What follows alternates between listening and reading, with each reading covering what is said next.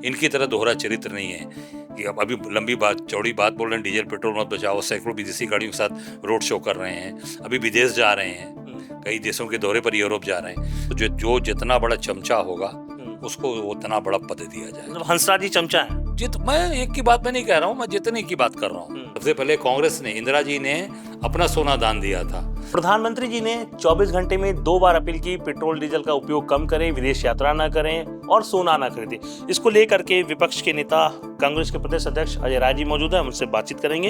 अजय जी, जिस तरीके से प्रधानमंत्री जी ने 24 घंटे में 2 बार अपील की, आपको क्या लगता है कि ये इसका असर क्या पड़ने वाला है?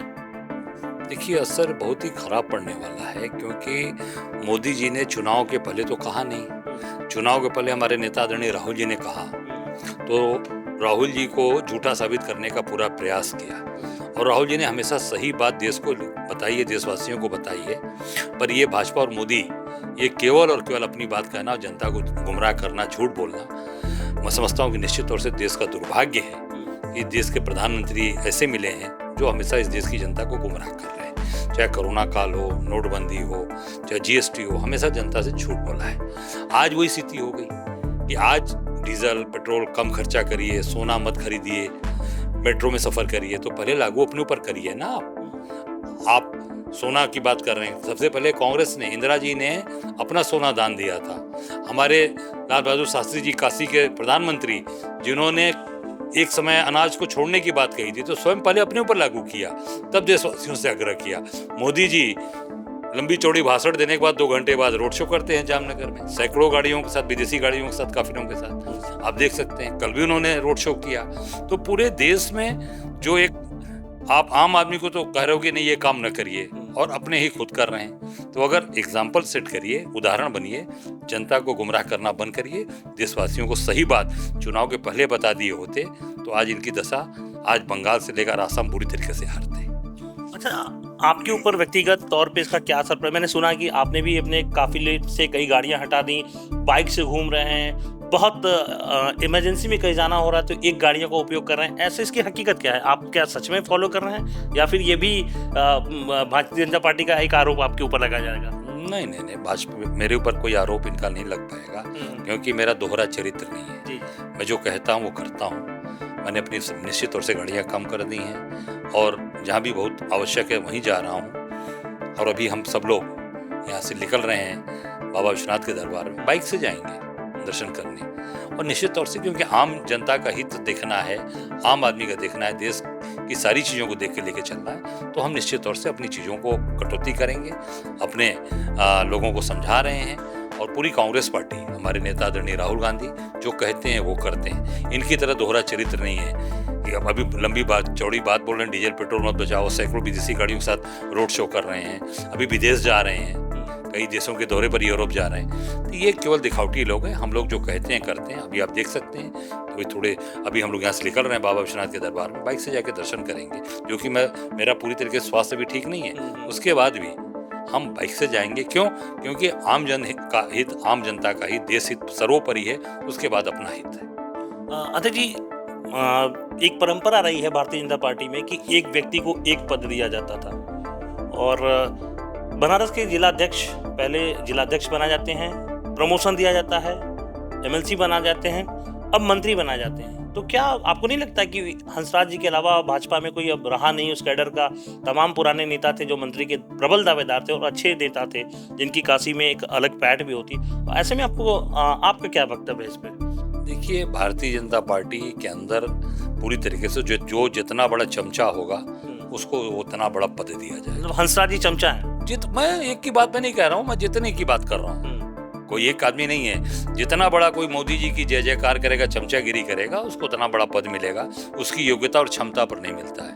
योग्यता और क्षमता वाले लोग भारतीय जनता पार्टी में किनारे कर दिए गए। क्यों? क्योंकि पहले की भाजपा खत्म हो गई। अटल बिहारी वाजपेयी की जो भाजपा थी वो खत्म हो गई। जो पुराने लोग थे बेचारे, वो घर बैठे हैं। अशोक धवन जैसे लोग, पुराने आप देख सकते हैं, ऐसे लोग हैं जो घर बैठे हुए हैं, अब जिनके पास कोई काम नहीं है।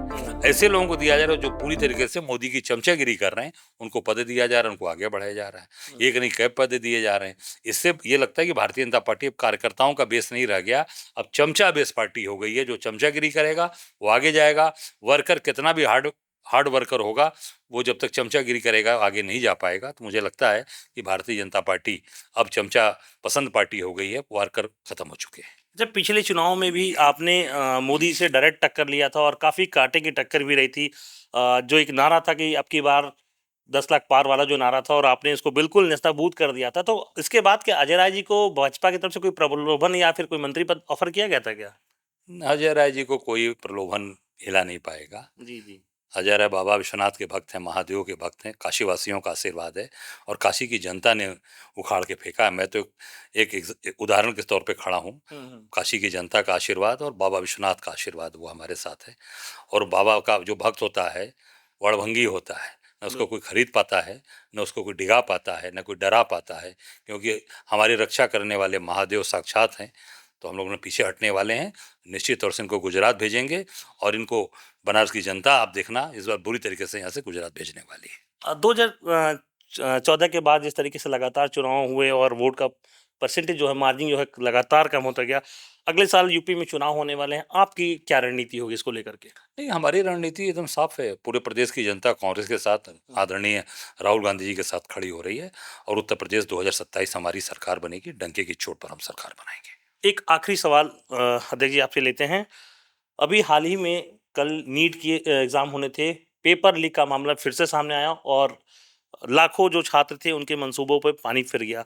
सरकार हालांकि इसकी जांच करा रही है, उच्च स्तरीय कमेटी भी बना दी गई है। आपकी क्या प्रतिक्रिया है इस पे? ये पूरी तरीके से सरकार का इन्वॉल्वमेंट है। इसके पहले भी जो पेपर लीक हुआ था, जो अधिकारी था उस समय सुबोध कुमार सिंह, उसको बहुत अच्छी पोस्ट पर दिया मोदी जी ने। और सारे गलत काम ये सरकार मिलकर करती है।